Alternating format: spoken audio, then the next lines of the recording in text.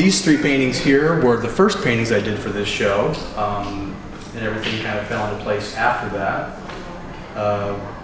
The idea with this particular painting was some rolling hills, a brightly colored yellow sky, and maybe some water in the foreground, maybe a mountain in the background. The overall beginning of that painting, I had no intention of painting rolling hills and yellow sky. That's just how it turned out, and that's kind of the process for me, is that I usually don't have a clear idea of what I'm going to paint when I start to paint, and I find it as I create the painting, and sometimes that works and sometimes that doesn't. And the other two pieces on either side of it are very much related to this painting as far as composition and light and space and color. This larger painting here is the largest painting in the show. It's 84 by 64 inches. This is a painting I did 2 years ago, and the genesis for this painting came out of my love for the painter William Turner and his use of light and color and the atmosphere that he created.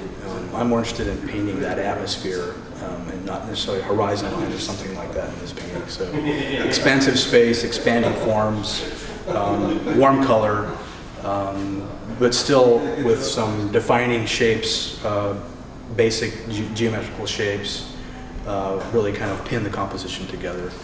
These smaller paintings are related to this bigger painting in that they are a similar color palette, and I think the space in these paintings, as far as, foreground, middle ground, or background, they're all similar in the way they've been flattened into a very basic, simplified structure.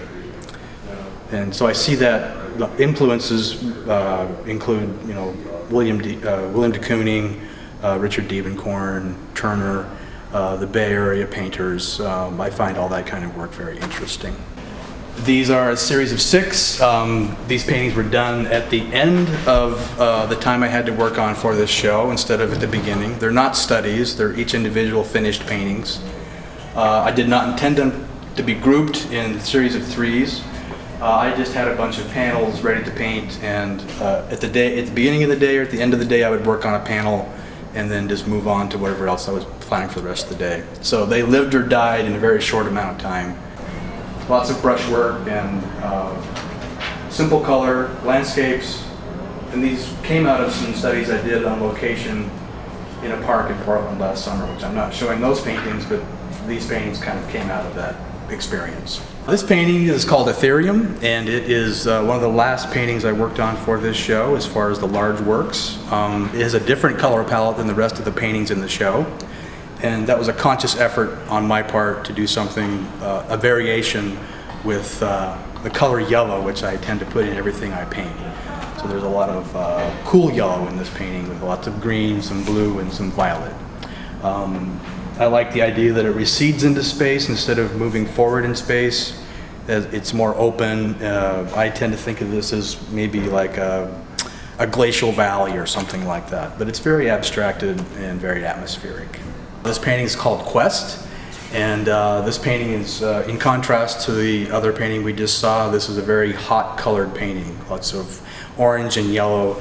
There's also warm greens and some even warm violet in it. So hot color is what I'm primarily interested in painting with, and I really do like painting with yellow and orange.